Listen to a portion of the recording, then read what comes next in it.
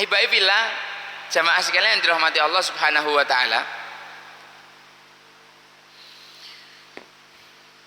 Salah satu hukuman berat yang sedang Allah jatuhkan kepada kita ini adalah hukuman dicabutnya ilmu dari kita. 2020 bulan September, Oktober, November, Desember ini kita sebut sebagai Amul Husni. 2020 ya, Amul Husni. Banyak sekali ulama-ulama kita nasional maupun internasional yang diakui secara nasional maupun internasional yang kalibernya tinggi dicabut satu persatu oleh Allah Subhanahu wa taala, dan generasi muda kaum muslimin dijauhkan dari yang namanya ilmu. Mereka nggak tertarik namanya ilmu. Majelis ilmu itu tidak masuk nominasi dalam kepala dia, tidak masuk keresahan dia. Merasa wis ora apa-apa, aku wis alumni pondok, wis ora perlu belajarnya, wis yang penting mangan masker itu.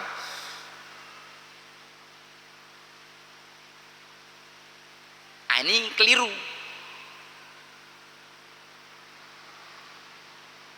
Generasi muda kaum muslimin tidak butuh ilmu, jauh dari ilmu. Generasi tuanya Allah cabut. Para ulama kita, para habaib kita dicabut nyawanya sama Allah Subhanahu wa taala. Padahal sampai untuk jadi seperti beliau yang ilmunya itu ratusan kitab beliau baca, itu butuh waktu puluhan tahun. Sebagaimana hadis Nabi, innallaha la yaqbidul ilma intizaan walaki yaqbidul ilma bi mautil ulama hatta idza lam yabqa aliman ittakhadun nas ru'usan juhalan fa'aftau bi ghairi ilmin fadallu wa adallu.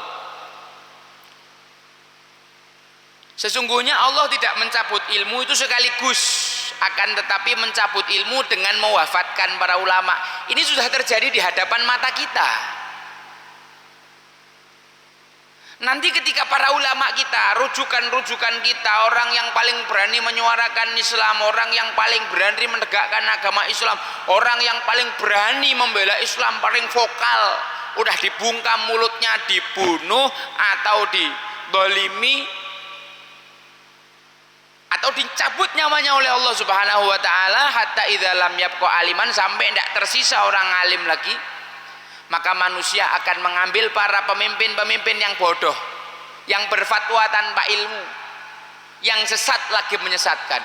Nanti kalau kita didolimi, yaitu risiko, karena memang kita tidak menyiapkan generasi yang mengisi tempat-tempat kosong itu tadi. Tidak perlu nyalahkan siapapun. Saya sangat suka dengan jawabannya Kadihan tadi itu. Apa yang menyebabkan aku datang ke sini? Ya karena salah kami sendiri. Kami jauh dari ilmu, kami jauh dari Allah, kami tidak bersyukur atas nikmatnya. Maka Allah datangkan kamu ke sini untuk mengambil semua nikmat yang Allah berikan pada kami. Indonesia ini kurang subur apa negerinya? Kurang makmur apa negerinya? Kayu dicubleknya jadi makanan. Akan tetapi kaum muslimin di Indonesia sangat kurang kesadarannya untuk bersyukur kepada Allah Subhanahu wa taala. Hatinya sering tidak qanaah, lisannya jauh dari mengungkapkan kata syukur, anggota tubuhnya hampir tidak pernah, jarang digunakan untuk melazimi kesyukuran, melakukan ketaatan, mendekati ilmunya Allah Subhanahu wa taala.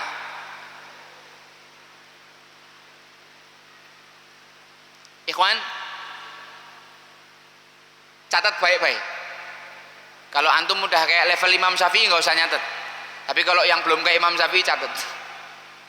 Ada hubungan erat antara kualitas kepemimpinan dengan kualitas keilmuan. Semakin tinggi kualitas keilmuan seseorang, maka kemampuan dia dalam memimpin akan semakin tinggi juga. Akan tetapi ketika orang itu tidak memiliki keilmuan, maka dia akan berantakan dalam memimpin. Yang ditimbulkan bukan keadilan, bukan maslahat, tapi kedzaliman dan madharat.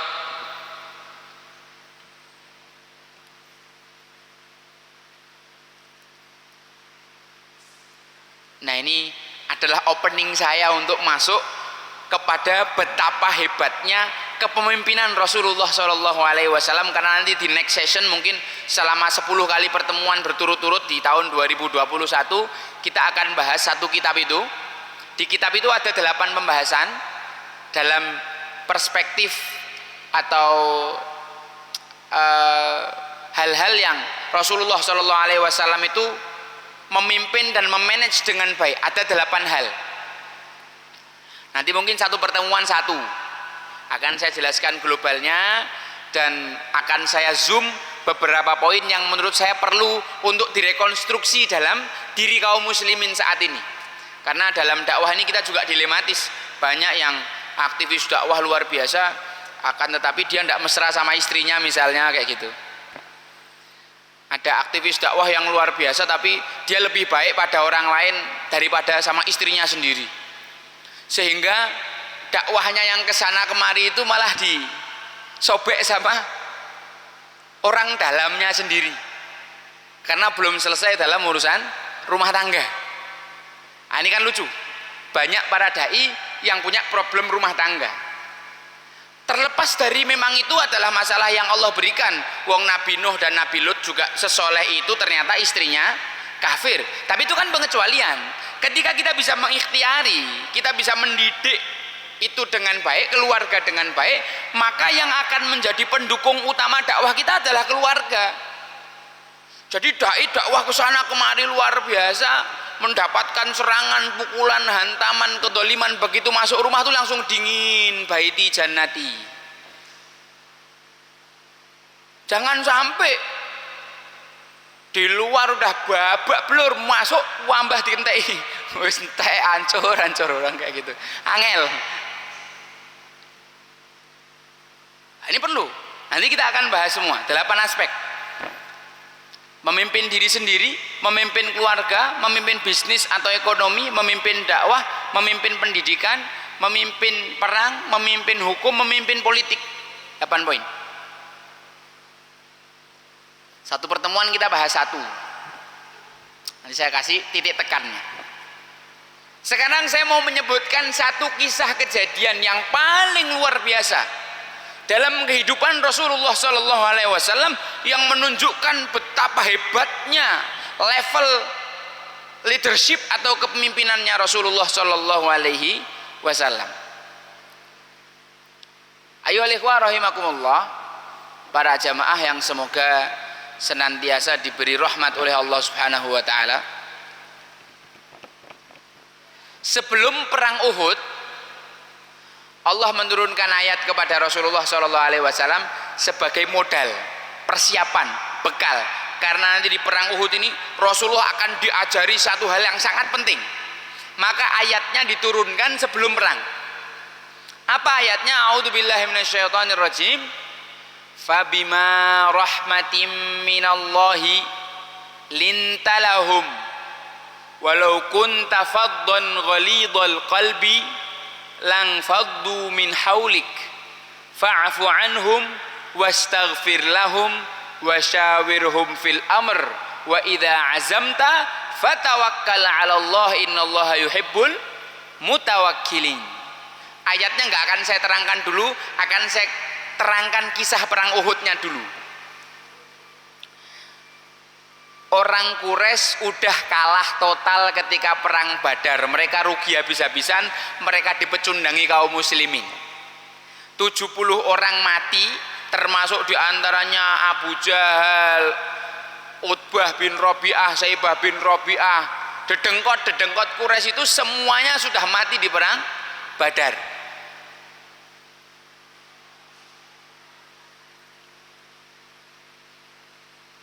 Tujuh 70 orang tertawan. Secara materi orang Quraisy rugi habis-habisan. Secara mental mereka dipermalukan di daerah Saudi Arabia, karena di Hijaz satu kabilah yang dianggap kuat itu kalau punya tentara 1000 orang. 1000 orang itu tandanya dia kuat dan tidak mudah dikalahkan. Ternyata ini 1000 dikalahkan sama 300. Dalam logika orang Arab tidak masuk. Kalau 500 lawan 1000 mungkin kalah, oke. Ini 300 lawan 1000, 1 lawan 3. Kok bisa yang 1000 kalah?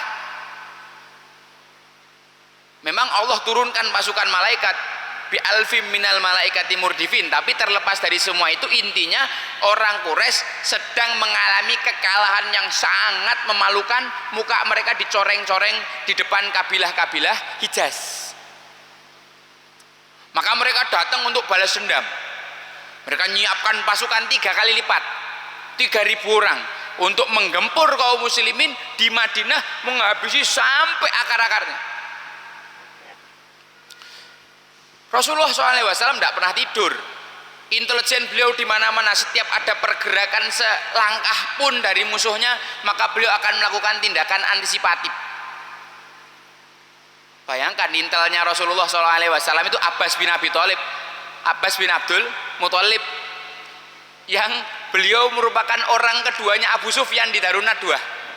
Jadi bocornya informasi itu tempat di mana informasi itu disampaikan semua.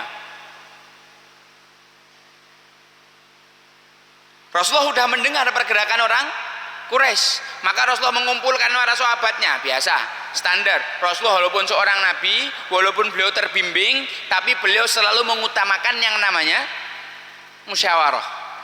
Maka kok ada pemimpin cuman level kayak kita, tidak menghormati musyawarah, suka memutuskan sendiri, itu bukan pemimpin yang baik.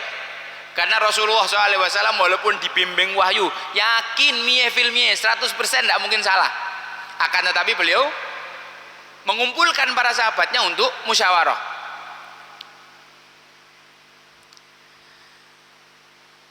Dalam musyawarahnya Rasulullah menyampaikan bahwa pasukan Quraisy berjumlah 3.000 datang ke Madinah, niatnya ingin meluluh lantakkan Madinah, mencabut sampai ke akar-akarnya. Apa pendapat kalian? Sebelum kalian menyampaikan pendapat pada saya mau menyampaikan mimpi saya dulu. Apa mimpinya ya Rasulullah? Saya melihat ada seekor lembu disembelih, saya melihat pedang saya nanti rompal, dan saya melihat tangan saya masukkan ke baju besi yang aman. Lembu yang disembelih nanti ada salah seorang sahabat terbaikku yang gugur. Pedang yang rompal mungkin nanti kita akan mengalami kekalahan. Tapi aku bermimpi memasukkan tanganku di tameng yang kuat. Tafsirannya adalah kita berperang di Madinah, perang kota, sehingga nanti para istri, para muslimah juga bisa ikut bantu ngelempari musuh dari atas rumah, bisa mencegat di gang-gang sehingga mereka kaget. Sistemnya mau dibikin city war, perang kota.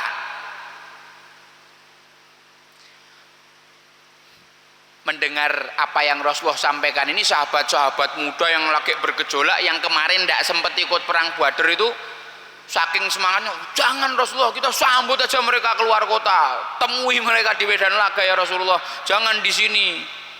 Ternyata dalam masyurah itu suara yang paling banyak adalah yang minta keluar.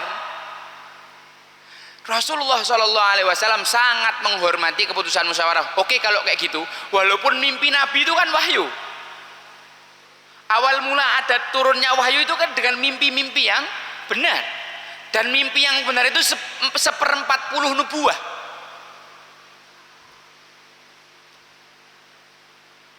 Ini Rasulullah SAW ngalah dengan keputusan masyurah, padahal beliau mimpi dibimbing wahyu untuk perang kota. Maka setelah hasil musyawarah diputuskan, oke, kita keluar, kita sambut.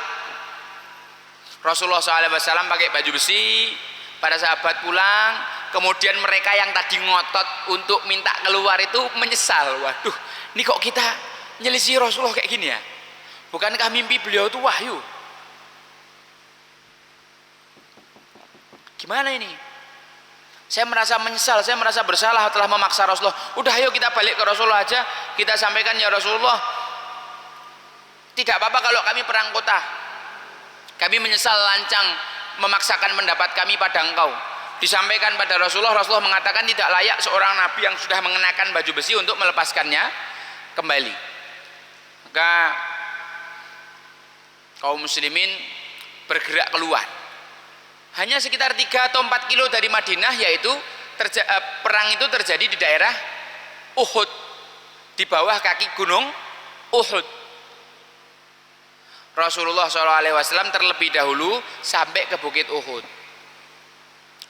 Lalu Rasulullah Shallallahu Alaihi Wasallam walaupun merubah strategi awal, beliau memerintahkan para pasukan pemanah untuk berada di bukit rumah untuk nanti memanah pasukan musuh.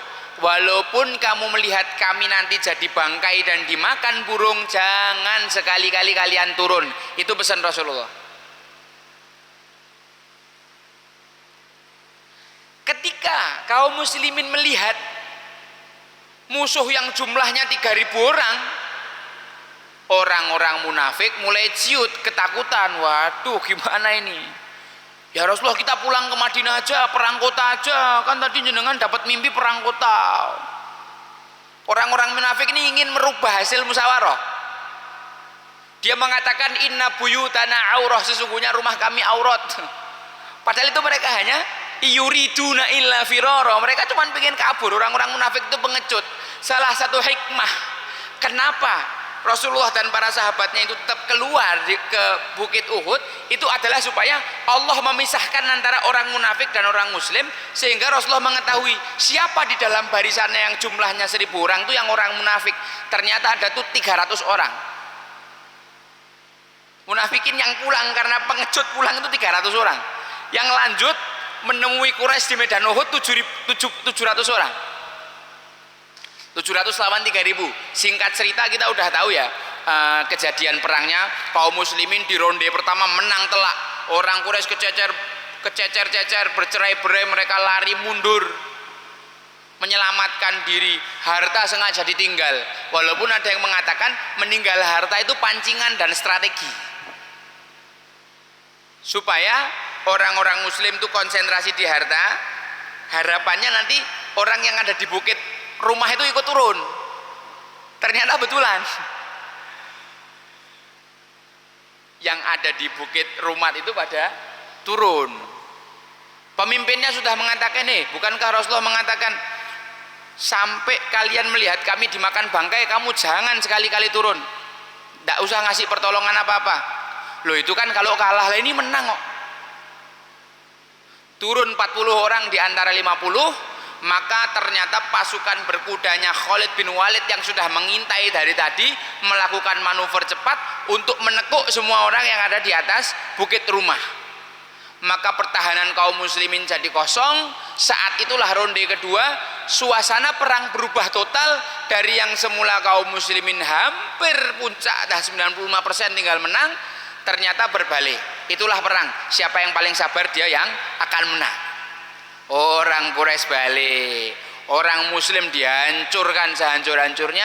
Mereka berlari tercerai-berai, semuanya lari menjauhi Rasulullah Shallallahu Alaihi Wasallam. Hanya tinggal beberapa sahabat saja yang stay di samping beliau. Di antaranya Tolhah yang sampai badannya sekujur tubuh itu penuh dengan sabetan pedang, tusukan panah dan tombak. Sampai Rasulullah mengatakan, kalau kau ingin ngelihat orang syahid masih hidup di muka bumi itu Tolhah. Sesi kedua kaum muslimin kalah, mereka tersudutkan, harus mundur sampai Rasulullah SAW bisa menyelamatkan diri. Lalu ronde ketiga cuman sesi tantang-tantangan aja. Orang Quraisy menyangka Rasulullah sudah meninggal, maka orang Quraisy menyangka Rasulullah, Abu Bakar dan Umar sudah meninggal semua. Epicentrum dakwahnya sudah nggak ada, pemimpinnya sudah nggak ada lagi. Bayangannya mereka mau menghabisi orang muslim sekalian aja lah. Akan tetapi ternyata ketika mereka memanggil Rasulullah lewat lisannya Umar mengatakan kami masih ada.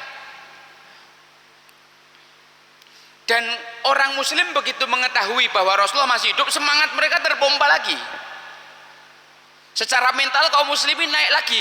Orang Quraisy yang tadi udah merasa menang, udah merasa membunuh Rasulullah, down.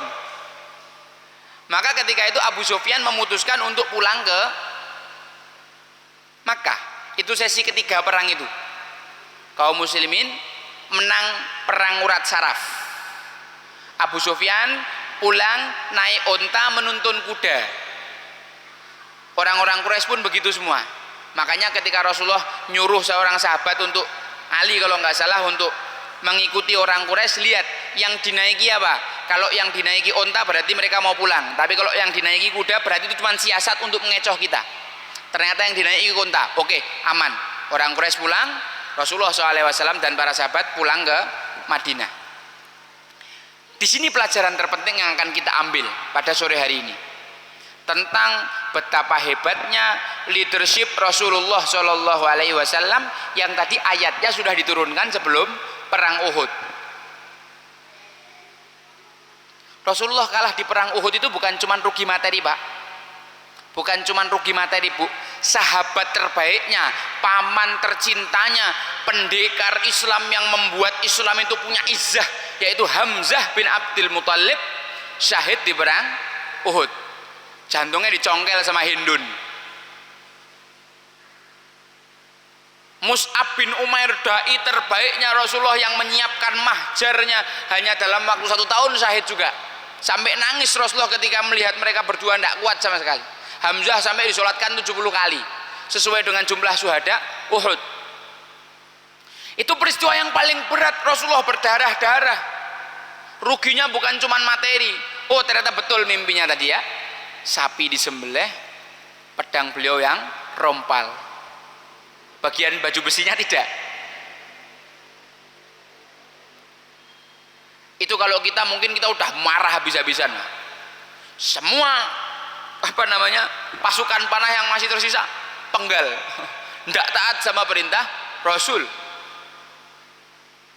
Tapi saat ini yang mendapatkan pelajaran adalah Rasulullah tentang bagaimana menyiapkan satu pondasi dasar leadership yang paling luar biasa.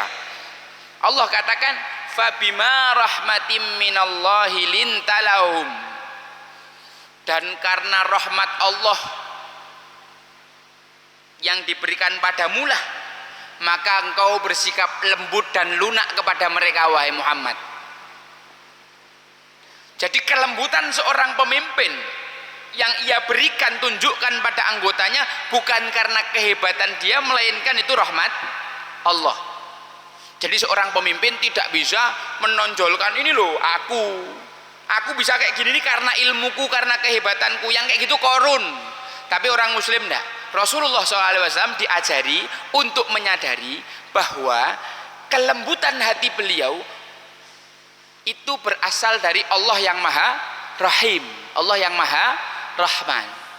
Fabima rahmatim minallah, karena rahmat Allah, lintalahum, kamu Muhammad berbuat lembut, berbuat lunak, berbuat baik kepada para sahabat. Walau kunta faddan ghalidha, kalau kamu itu kasar keras, lang faddu min haulik, maka para sahabatmu itu akan terpencar-pencar menjauhimu. Infadda dalam bahasa Arab itu seperti gelas kaca yang kalau dijatuhkan dia akan pecah kemepiar itu loh, yang masing-masing pecahan itu menjauhi titik jatuhnya, kayak gitu. Infadda dalam bahasa Arab itu begitu. Para sahabat semuanya akan berpencar menjauhi Rasulullah Shallallahu Alaihi Wasallam. Dan kira-kira kalau gelas udah pecah kayak gitu, dilem lagi bisa enggak? Ini pemimpinnya sekelas Rasulullah yang dipimpin sekelas para sahabat radhiyallahu anhum. Lah kita siapa? Kok kita marah-marah? Lah kita siapa kok kita kasar? Lah kita siapa kok kita otoriter? Emang kita lebih hebat dari Rasulullah? Emang kita lebih keren dari Rasulullah kok kita berhak marah-marah? Rasulullah diajari oleh Allah untuk bersikap lembut. Karena apa? Fa innar rifqa tuladul mawaddah. Karena sifat lembut itu menimbulkan cinta. Sedangkan kasar hanya menimbulkan rasa benci dan ketakutan. Maka atas orang yang sama yang menyebabkan kekalahan di perang Uhud, Allah perintahkan pada Rasulnya, fa'fu anhum, maafkan mereka, wastaghfir lahum, mintakan ampun untuk mereka, wasyawirhum fil amr. Atas orang yang sama yang menyebabkan kekalahan di perang Uhud, ajaklah mereka untuk musyawarah. Kadang-kadang kita pernah merasa dikecewakan sama seseorang dalam organisasi kita, udah ente nggak usah ikut musyawarah, udah ente diem aja kalau musyawarah, nggak usah ngomong. Kau udah menyebabkan kekalahan kemarin masih ngomong aja ndak malu apa kau? Ndak ndak kayak gitu. Mentalitas seorang leader yang hebat, pondasi utama leadership yang diajarkan Allah kepada Rasulnya Muhammad sallallahu alaihi wasallam, fa'fu anhum, maafkan, wastaghfir lahum, mintakan ampun, wasyawirhum fil amr, ajaklah mereka rapat. Fa idza azamta, kalau hasil rapatnya sudah diputuskan, fatawakkal 'ala Allah, maka bertakwalah kepada Allah, innallaha yuhibbul mutawakkilin. Ini basic yang luar biasa. Kalau kita seorang muslim bisa begitu. Inilah yang menyebabkan Islam itu dicintai penduduk dunia. Orang-orang muslim yang punya jiwa leadership baik, dia sering disakiti orang, akan tetapi dia selalu memaafkan. Bisa jadi yang menyakiti orang jauh, bisa jadi yang menyakiti orang dekat kita. Kalau orang jauh saja kita maafkan, apalagi orang dekat kita. Kalau orang jauh saja kita baik, apalagi orang dekat kita. Dalam organisasi, seorang pemimpin yang baik mutlak memiliki sifat-sifat dan karakter tadi. Wajib menginstalnya di dalam diri untuk menjadi pemimpin yang hebat. Ada sebuah teori tentang the power of guilty, kekuatan seorang yang merasa bersalah. Orang yang di medan Uhud kan itu kan merasa bersalah betul karena sudah menyebabkan kekalahan, tapi Rasulullah SAW tetap lembut sama mereka. Orang-orang ini kemudian menjadi orang-orang yang sangat loyal bagi Rasulullah SAW. Kalau antum ingin mendapatkan loyalitas dari anak buah antum, maafkan kesalahan mereka. Kalau antum ingin dapat loyalitas dari istri antum, maafkan kesalahan dia. Kalau antum ingin dapatkan loyalitas dari istri-istri antum, berarti maafkan kesalahan mereka. Kalau antum ingin mendapatkan loyalitas dari anak antum, maka maafkan kesalahan mereka. Kalau antum ingin jadi seorang pemimpin yang disegani, dihormati dalam organisasi, jadilah pemimpin yang pemaaf. Anggota antum dolim, jangan didolimi balik. Bedanya antum sama dia apa? Dolim sudah, dia mengurangi hak kita, mendolimi kewajibannya kepada kita. Tidak apa-apa, nggak usah dibales. Kita tetap melaksanakan kewajiban kita dan hak dia secara tuntas, total, sepenuhnya. Kalau kita juga, wah kau kurang ajar, kau terlambat, kau tak potong gaji, dia semakin semangat untuk melanggar. Akan tetapi ya tak maafkan. Ada dua opsi, dia berubah menjadi lebih baik, yang kedua dia keluar karena tidak merasa pantas di lingkungan kita. Begitu ayo alihwa yang dirahmati Allah Subhanahu wa ta'ala. Ini sekelumit saja, ini tentang satu contoh betapa hebatnya leadershipnya Rasulullah SAW ketika beliau memimpin. Maka nanti leadership beliau kita akan potong-potong, kita akan bahas satu persatu sehingga kita bisa melihat bagaimana Rasulullah SAW memimpin dalam banyak aspek kehidupan, sehingga kita bisa menerapkan. Ya memang di sekitar kita banyak orang yang hatinya banyak penyakitnya, dibayi tapi malah melakukan sebaliknya. Disinilah seorang leader yang hebat, dia selalu punya ilmu, punya amunisi untuk mengatasi orang-orang begitu, yang kemudian orang begitu minimal tidak mengganggu dia lagi, atau kemudian berbalik menjadi pendukungnya yang setia. Inilah yang dicontohkan Rasulullah SAW kepada para sahabatnya, para sahabat dicontoh tabi'in, para aslafun as-soleh, sampai kepada kita sekarang. Orang muslim jangan mau dibuat mainan sama orang-orang yang gak bertanggung jawab. Orang muslim jangan bergerak tanpa ilmu, orang muslim jangan gampang terpancing, orang muslim jangan gampang terprovokasi. Tak kasih tahu satu rumus, idza kana baituka min zujaja, kalau rumahmu dari kaca, fala tarmin nasa bil hijarah, jangan lempar orang pakai batu. Sabar dulu. Rasulullah SAW di Mekah itu fokus mendidik para sahabat dengan ilmu. Didolimi, disiksa, kufu aidiakum wa aqimus sholatan, kerjakan sholatmu, nanti ada masanya. Kalian tuh belum kelar menempuh asbabnya, belum kelar. Anak-anak mudanya masih jauh dari ilmu. Udahlah, nggak usah mikir macam-macam. Revolusi itu dimulai dari ilmu, revolusi mindset, revolusi hati, revolusi iman, revolusi masa. Jangan terburu-buru, yang tenang, upayakan asbabnya. Orang yang menempuh asbab, hasil tidak akan membohongi dia. Paham sampai sini ya ikhwah ya? Maka penting sekali ilmu itu sebagai pemandu kita dalam melaksanakan semua perbuatan. Mungkin ini yang dapat saya sampaikan. Kalau ada kurang, salah, itu karena bodohnya saya, sedikitnya ilmu saya, setan yang menipu, mengganggu, dan hawa nafsu yang mendominasi. Kalau ada benarnya, semua itu dari Allah Subhanahu wa taala. Al-haqqu min rabbika fala takunanna minal mumtarin. Sekali-kali bukan karena kepintaran saya. Dan kalau ada yang menyakiti hati, saya mohon maaf, bukan maksud saya begitu. Saya mengatakan seperti kata Nabi Soleh, in uridu illal islaha mastata'tu. Yang saya inginkan hanya islah, perbaikan sebisa saya. Wa ma taufiqi illa billah. Saya menyampaikan hidayatul bayan, ilmunya. Tapi kalau antum menginginkan taufik, petunjuk dari Allah, hidayatul taufik, maka yang bertugas adalah antum sendiri membuka hati, mengikhlaskan hati, meminta bimbingan dari Allah Subhanahu wa taala, karena saya tidak punya kemampuan dan otoritas untuk hidayatul taufik. Assalamualaikum warahmatullahi wabarakatuh.